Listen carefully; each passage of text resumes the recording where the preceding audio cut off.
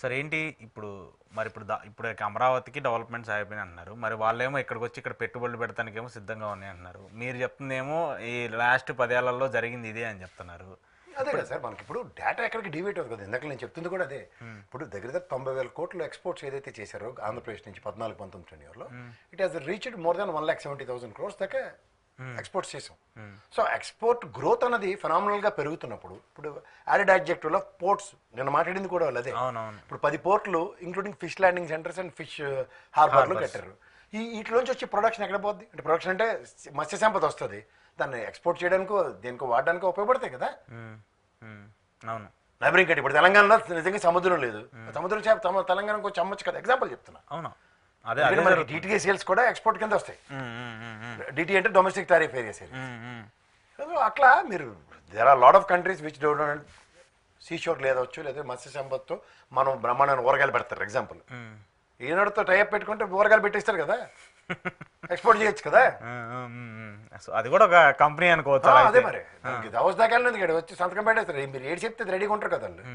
Sir నాకు అర్థం కాదు, ఇప్పుడు జగన్మోహన్ రెడ్డి ఇన్ని చేశాడని పవన్ కళ్యాణ్ గ్రీన్కో ప్రాజెక్ట్కి వెళ్ళి ఆయన పబ్లిసిటీ ఇచ్చారు. దావోస్కి వెళ్ళి పోర్ట్ల గురించి చంద్రబాబు నాయుడు లోకేష్ మాట్లాడుతున్నారు. 40,000 కోట్ల ఎన్ఆర్ఐ పెట్టుబడుల గురించి కూడా విశాఖలో అవి పెట్టారు. విశాఖలో మొన్న 2 లక్షల కోట్ల పెట్టుబడులు ప్రధాని మోదీ వచ్చి శంకుస్థాపన చేశారు. ఇవన్నీ ఎంఓయూలు కావచ్చు, వీటన్నిటిని చేసి గత 5 ఏళ్ల పాలనలో జగన్మోహన్ రెడ్డే కదా. మరి ఎందుకు సార్ జగన్మోహన్ రెడ్డి ఫెయిల్ అయిపోయాడు, లేదా నిజంగా జగన్మోహన్ రెడ్డి చెప్పుకోవడం చేతకలేదా? సార్ ఒకటి గుర్తుంచుకోండి, మీరు 14 ఏళ్ళు ముఖ్యమంత్రి, ఇప్పుడు ఈ 5 ఏళ్ళు ఇంకో టర్మ్. తెలుగుదేశం లెగసీ ఉంది. రామారావు గారు 2 రూపాయల కిలో బియ్యం, నెక్స్ట్ ఇట్లా ఉంటాయి. నేను ఒక ఇంటర్వ్యూలో చెప్పాను, ఒలింపిక్స్ ఏషియన్ గేమ్స్ ఇట్లాంటివి ఉంటాయి చూడండి, ఒక టార్చ్ తీసుకొచ్చి ఫస్ట్ వెలిగిస్తాడు ఒక అతను, ఒక దీపం లాంటిది.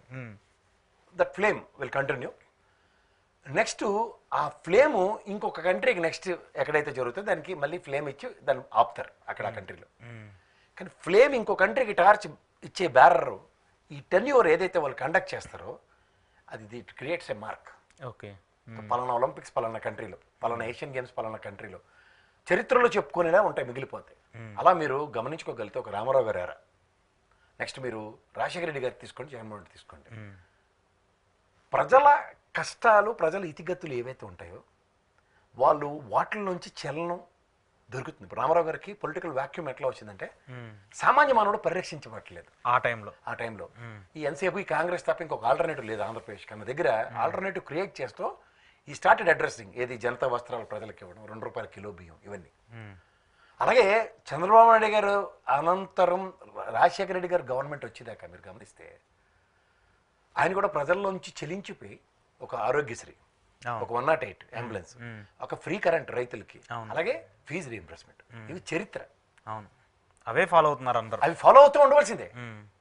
వెన్ యూ క్రియేట్ ఒక పెద్ద బాకరణంగల ఆనకట్టలాగా ఒకటి కట్టి దాని నీళ్లు అంచెల వారీగా వదులుతుంటే తరాలు జరుగుతాయి. సరే, ఒకేసారి వదలకుండా. ఇప్పుడు వెలుగొండ ప్రాజెక్ట్ ఉంది, 2,50,000 ఎకరాలు సస్యశ్యామలం, ఇదే 23వ తారీఖు గత సంవత్సరం దానికి అంకితం ఇచ్చారు. సో అట్లా మీరు ఇది గమనిస్తే జగన్మోహన్ రెడ్డి కూడా in the span of 5 years, మీరు జాగ్రత్తగా వినండి, 2 సంవత్సరాల కరోనా. అవును కదా, అంటే మన తిప్పలు మనం పడ్డానికి ప్రభుత్వం నానా తిప్పలు పడింది. అట్లీస్ట్ మన తిప్పలు మనం పడ్డానికి. ఇంకా ఆయనకి మిగిలింది ఎంత అండి? 3 సంవత్సరాలు. అందులో ఎలక్షన్ ఇయర్ తీసేయండి, సంవత్సరం పక్కన పెట్టేసి 2 సంవత్సరాలు, 6 నెలలు తిద్దాం. అంటే 2.5 సంవత్సరాల్లో సంవత్సరంన్నర బడ్జెట్ తీసుకొచ్చి ప్రజలకు ఇచ్చాడు. ఆ చరిత్రే కదా. అవును, ఇవాళ మీరు 23వ తారీఖుకి శాంచుటీ నేను ఇందాక చెప్పాను కదా, ఏది అప్పుడు చేసిన దానికి ఆసరా పథకం 27,000 కోట్లు ప్రజలకు ఇచ్చింది కదా. అంటే ప్రజాస్వామ్యంలో ప్రజల డబ్బులు తిరిగి ప్రజలకు ఇవ్వడం మొనాటమి ఫస్ట్ ఎవర్ టైం.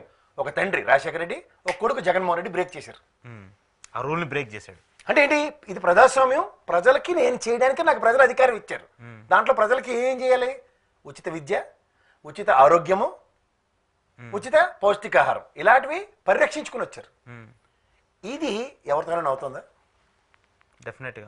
ఇది మీరు జాగ్రత్తగా గమనించండి. అందుకే మీరు ఆయన ఏమన్నాడు, క్లాస్ వార్ అన్నాడు. క్లాస్ వార్లో ఏం జరుగుతుంది? నేను ఏబి వెంకటేశ్వరరావు మాట్లాడి, పెత్తందారులకి ప్రజలకు మధ్య జరిగేది ఈ క్లాస్ వార్లో ఏంటంటే వీళ్ళ కోసం వీళ్ళే పడుతుంటారు. కానీ పెత్తందారులతో యుద్ధం వాడు చేస్తాడు, సామాన్య మానవుడు చేస్తాడు. వాడి కోసం నిలబడి వాడు ఎవడో ఉంటాడు. వాడు చేసే పని ఏంటంటే నిన్ను నేను కాపాడుతాను. ఈ పెత్తందారుల బాధ ఏమొచ్చింది చెప్పండి? బాధ ఎక్కడ వచ్చింది తెలుసా మీకు? అప్లిఫ్ట్మెంట్ అంటారు సమాజంలో. ఓ రఘురామ్ రాజన్ గారు కానీ అమర్ సేన్ గారు కానీ సామాన్య మానవుల చేతిలో డబ్బులు పెట్టండి, అవి రొటేట్ అవుతాయి ఆటోమేటిక్గా. మీరు గమనించలేదు, ఎలక్షన్ ముందు నేను ఒక వీడియోలో చెప్పాను, దగ్గర దగ్గర 4.5 లక్షల కోట్లు బ్యాంక్ బ్యాలెన్స్లు పెరిగి ఉన్నాయి చాలా మంది. అండ్ నేను ఆర్బీఐ మళ్ళీ ఇంకో స్టాటిస్టిక్స్ రిలీజ్ చేసింది, దగ్గర దగ్గర 3% ఫినామినల్ గ్రోత్ ఇన్ సేవింగ్స్ కనబడ్డాయి. అంటే చిన్న చిన్న పొదుపులు లాస్ట్ గవర్నమెంట్. ఈసారి భయంకరంగా డ్రాస్టిక్గా 31% పడిపోయింది, 34 నుంచి 31 పడిపోయింది. దీనికి కారణం ఏంటంటే ఎప్పుడైతే సామాన్య మానవుడి దగ్గర రొటేషన్ ఆగిపోయిందో క్లాస్ వార్ స్టార్ట్ అయింది. దీనికి బాధ ఏంటంటే పెత్తందారులు చేసి యుద్ధం ఎలా ఉంటుందంటే చూడండి, ఎన్ఆర్ఐలు వచ్చి వాలంటీర్లు కొండ ఇలాంటివన్నీ చేశారు చూడండి, అక్కడ డబ్బులు ఇక్కడ కదా. ఇక్కడ వీళ్ళ బాధ అంతా ఏంటంటే వ్యవసాయ కూలీలు, వ్యవసాయ ఆధారిత రాష్ట్రమే కదా, వ్యవసాయ కూలీలు వీళ్ళకి ఇంక్రిమెంట్లు రావాలి, జీతాలు పెరిగిపోవాలి, ఈ రేట్లకి తగ్గట్టుగా క్లాస్ లివింగ్ ఉండాలి. బట్ సామాన్య మానవుడు ప్రభుత్వం ఇచ్చి పథకంతో ఉదాహరణకి పిల్లల్ని చదివించుకుంటున్నారు. మనమే చెప్తున్నాం పక్కన free bag, free education, free books అన్ని. కానీ 15,000 రూపాయలు ఇంట్లో ఇస్తే అది అప్లిఫ్ట్మెంట్ కదా ఫ్యామిలీకి. అంటే ఉదాహరణకి 2వ పిల్లలకి చదివించుకోవడానికి, హెల్ప్ అవుతుంది, వాడి పుస్తకాలు కొనడానికి. అంటే మార్కెట్లో రొటేషనే కదా. ఇప్పుడు పెద్ద అబ్బాయికో చిన్న అమ్మాయికో ఎవరికో ఇస్తుందండి అమ్మఒడి, మిగిలిన ముగ్గురిది 15,000 ఇచ్చింది, 2 పిల్లలు చదివించుకోవడానికి ఉపయోగపడుతుంది కదా. వాళ్ళ బేసిక్ నీడ్స్ ఇంట్లో 2వ పూట అన్నం పెట్టడానికి ధైర్యంగా ఆ ఫ్యామిలీకి అప్లిఫ్ట్మెంటే కదా. సో అప్పుడు వాడు ఏం చేస్తాడు, మార్కెట్లో వాడికి పని చేయడానికి వెళ్ళినప్పుడు వ్యవసాయ కూలీ కుటుంబం గురించి నేను ఎగ్జాంపుల్ చెప్తున్నాను. నా కూలీ 400-500 బదులు 1,000 రూపాయలు డిమాండ్ చేయొచ్చు. ఇది పెత్తందారులకి బాధ వస్తుంది. సో దీంట్లో ఏం చేశాడంటే సామాన్య మానవుడు అప్లిఫ్ట్మెంట్ కోసం ఒక కొడుకు జగన్మోహన్ రెడ్డి, తండ్రి బేసిక్ కమ్యూనిటీస్ ఫ్రీ ఇచ్చుకుంటూ వచ్చాడు. ఇది కరెంట్.